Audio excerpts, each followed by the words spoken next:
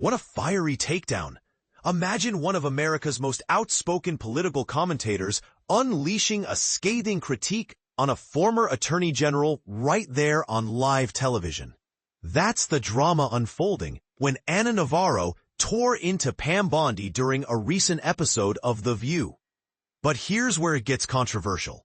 Was Navarro's outburst a justified slam against Bondi's apparent dive into partisan theatrics? Or is there another side to embracing satire and politics that we're all missing? Let's dive in and unpack this heated exchange, including some context to make it crystal clear, even for those new to the political scene. On Monday, during The View, Ana Navarro, a co-host and former Republican strategist, didn't hold back when discussing Attorney General Pam Bondi's enthusiastic response to a parody sketch on Saturday Night Live. The sketch, hosted by Amy Poehler, mocked Bondi's dramatic testimony before the Senate Judiciary Committee, portraying her as dodging questions and facing absurd accusations from lawmakers. Navarro, weighing in after Whoopi Goldberg asked whether Bondi's playful embrace of the mockery was a smart strategy, suggested it might actually serve as a rite of passage with the MAGA crowd, those staunch supporters of former President Trump. Drawing from her personal history, Navarro recalled knowing Bondi back in Florida, where she described the AG as an affable, nice Southern figure during her time as Florida's Attorney General. "I've known Pam Bondi for a long time," Navarro shared, noting that she hadn't spoken to her in years. "But this is a completely different Pam Bondi than the person I knew." For beginners in politics, think of this as someone you thought was straightforward, suddenly embracing wild, unfiltered drama. It's like a character shift in a real-life story. Navarro went further, arguing that Bondi seems to be loving the SNL cold open, where Poehler hurls insults and evades lawmakers' probes in a satirical twist.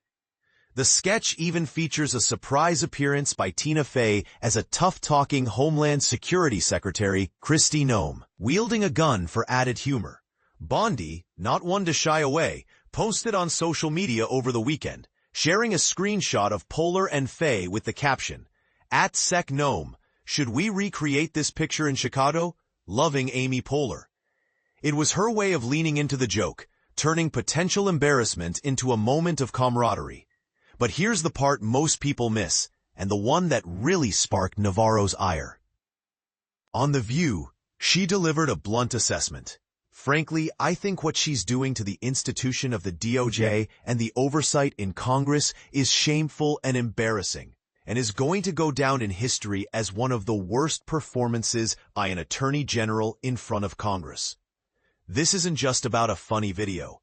Navarro pointed out that Bondi's actions could undermine the integrity of key government bodies like the Department of Justice, DOJ, and congressional oversight, which are meant to ensure fairness and accountability.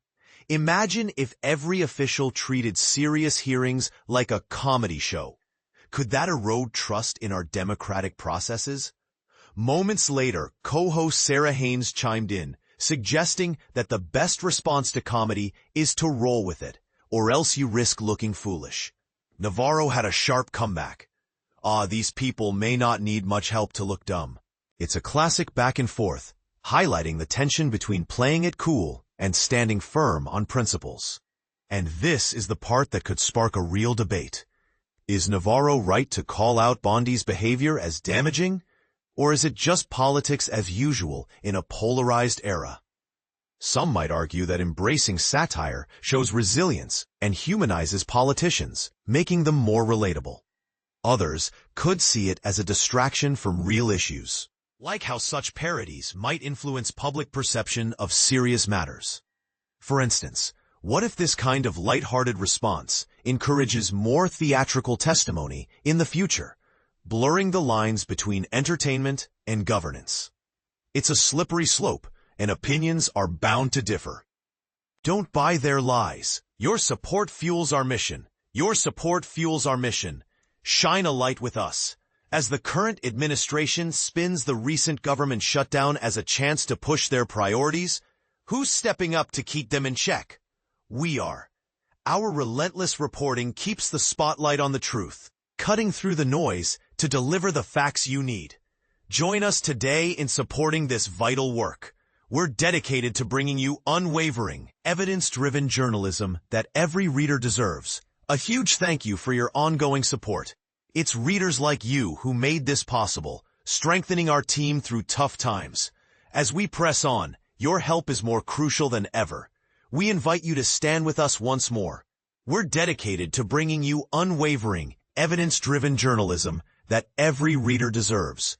A huge thank you for your ongoing support. It's readers like you who made this possible, strengthening our team through tough times. As we press on, your help is more crucial than ever. We invite you to stand with us once more. Support HuffPost. Already contributed? Log in to hide these messages. Close. So, what do you think? Do you side with Navarro's harsh critique of Bondi? Or do you believe leaning into satire is a harmless way to navigate modern politics? Could this incident signal a broader shift in how we view accountability in government? Or is it just entertaining drama? Share your thoughts in the comments below. We'd love to hear your take and spark a conversation.